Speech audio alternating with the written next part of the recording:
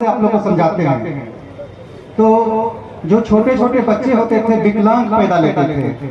क्यों विकलांग पैदा लेते थे? जब रिसर्च हुआ तो पता चला कि गर्भावस्था में ही पोलियो का शिकायत हो जाता था, जिसके कारण से तो आप देखते होंगे कि महिलाएं जब गर्भवती होती है तो उसी समय से उसका वैक्सीनेशन होता है ताकि हमारा बच्चा जो हो वह स्वस्थ हो, क्योंकि बच्चे पर ही ना हमारा भविष्य टिका हुआ है इस देश का। ठीक उसी प्रकार इस बीज को जो हम लोग खेत में बोते हैं उसी पर हमारा और हमारे समाज का भोजन आदि सभी कुछ टिका हुआ है। तो अगर वह स्वस्थ नहीं रहेगा तो स्वस्थ भोजन और ज्यादा क्वांटिटी में भोजन हम लोग प्राप्त नहीं कर सकते हैं। इसलिए बीज टीकाकरण कराना बहुत ही आवश्यक है। मैं चाहूंगा कि आप लोग जो भी कर्मशाला होगी, चाहे वो प्रखंड स्तरीय हो या पंचायत स्तरीय हो, उसमें बीज टीकाकरण के बारे में किसानों को जरूर बताएं, क्योंकि इससे जब तक पौधे वनस्पति अवस्था में रहती है यानी वेजिटेटिव स्टेज पे रहती है तब तक पौधे में किसी भी रोग और कीट का प्रकोप नहीं होता है। शुरुआती अवस्था में जैसे देखिए, अगर बच्चा 8 साल 10 साल 12 साल का हो जाता है और स्वस्थ रहता है तो लोग क्या कहता है कि इनका बच्चा बहुत अच्छा करेगा। और वही जो विकलांग हो जाता है तो आप ही जाते हैं तो क्या कहते हैं, आहा कमजोर बच्चा हो गया है आपका, 100 रुपया निकाल के दे दीजिएगा, अच्छा कुछ खिला दीजिएगा, तो क्या हो गया?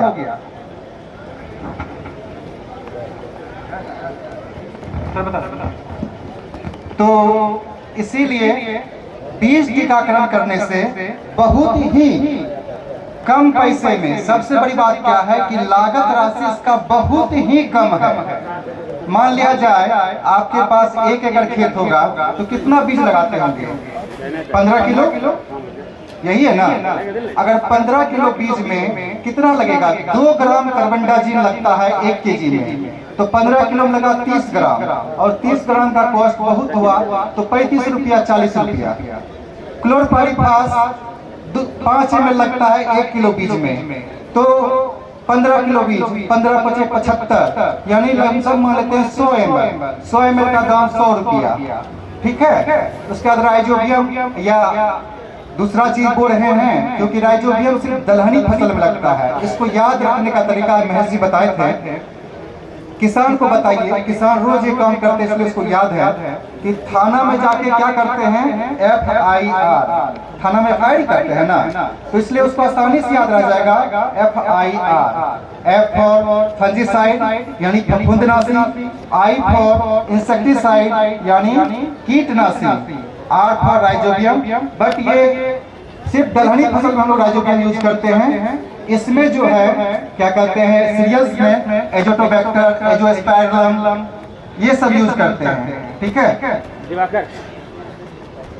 तो इसको करते कैसे हैं, इसकी विधि को हम लोग जानते हैं।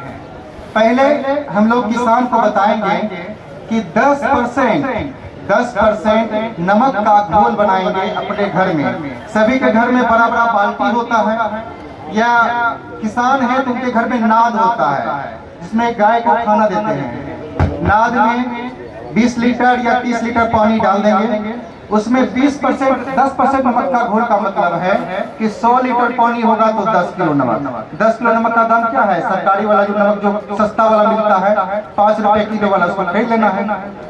10% सोल्यूशन बना लेना है, घोल देना है उसको शाम में, उसमें बीज को डुबा देना है आधे घंटे के लिए, ठीक है। जो बीज तैरने लगेगा समझ जाइए वो बीज समाप्त हो गया, उसकी बीज की कैरेक्टर खत्म हो गई है। उसको छान करके बाहर निकाल देना है, आधे घंटे के लिए बीज को उसमें छोड़ देना है, और बीज को निकाल करके फिर जो है पॉलीथीन के शीट पे उसको रख देना है।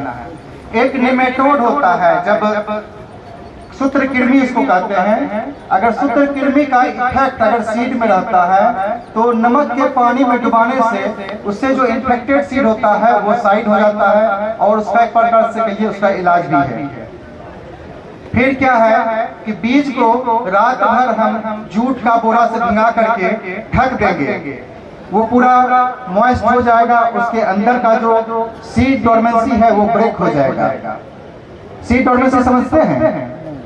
सीड की सुप्ता अवस्था, हर एक सीड सोया हुआ रहता है, उसको जगाने की आवश्यकता होती है। उसको जगाने के लिए रात भर अगर हम रख देंगे मॉइस्ट कंडीशन में भिंगा करके जूट के बोरे में, तो उसकी डोरमेंसी यानी निंद्रा उसकी समाप्त हो जाएगी। जब हमारे खेत में जब हम सीड को बोते हैं, बीज को बोते हैं, तो उस समय उतना हाल या मॉइस्चर नहीं होता है, जिसके कारण से कभी कभी सीड का जर्मिनेशन अल्टरनेट हो जाता है, आगे पीछे हो जाता है। तो वो सब चीज से भी बच सकते हैं इसमें। फिर क्या करना है कि जिस समय सीड को बोना है उससे 2-3 घंटे पहले क्या करना है, बीज में पहले फंजीसाइड के लिए कार्बेंडाजिम या मेन्कोजेब जो है 2 ग्राम के दर से हाथ में पॉलीथीन या ग्लव्स को पहन लेंगे। और उसके बाद पाउडर, सीड हमारा मॉइस्ट है, उस पर 2 ग्राम के दर से जोड़ करके मिला देंगे। फिर आधे घंटे के बाद क्या करेंगे, क्लोरपाइरिफॉस 5 ml प्रति किलो बीज की दर से मिला देंगे। हमारा सीड मॉइस्ट है इसलिए आसानी से वो मिल जाएगा। और जब हम बायो का उपचार करेंगे तो कोशिश करेंगे कि हमारा बीज जो क्या कहते हैं बोएंगे, उसको संध्या के समय में 3 बजे के बाद बोना है। सुबह सुबह बुआई कीजिएगा तो उसका फायदा समाप्त हो जाएगा। ये तो हमारा सीड ट्रीटमेंट हुआ। इसके साथ साथ देखिए जो उस पार के हमारे कोऑर्डिनेटर और सलाहकार हैं, आपके यहाँ केला की खेती बहुत होती है और बराबर उस पार से शिकायत आती है कि सर सीगा टोका लग गया है, पत्ता पर जो पत्थर लांछन टाइप से चित्तीदार दाग हो जाता है पूरा, तो वो बहुत ज्यादा आपको दिखेगा और किसान उससे परेशान दिखते हैं। पनामा विल्ट हमारे तरफ नहीं है भागलपुर में, ये कटिहार पूर्णिया तरफ में पनामा विल्ट है, हमारे भागलपुर में पनामा विल्ट का नहीं है।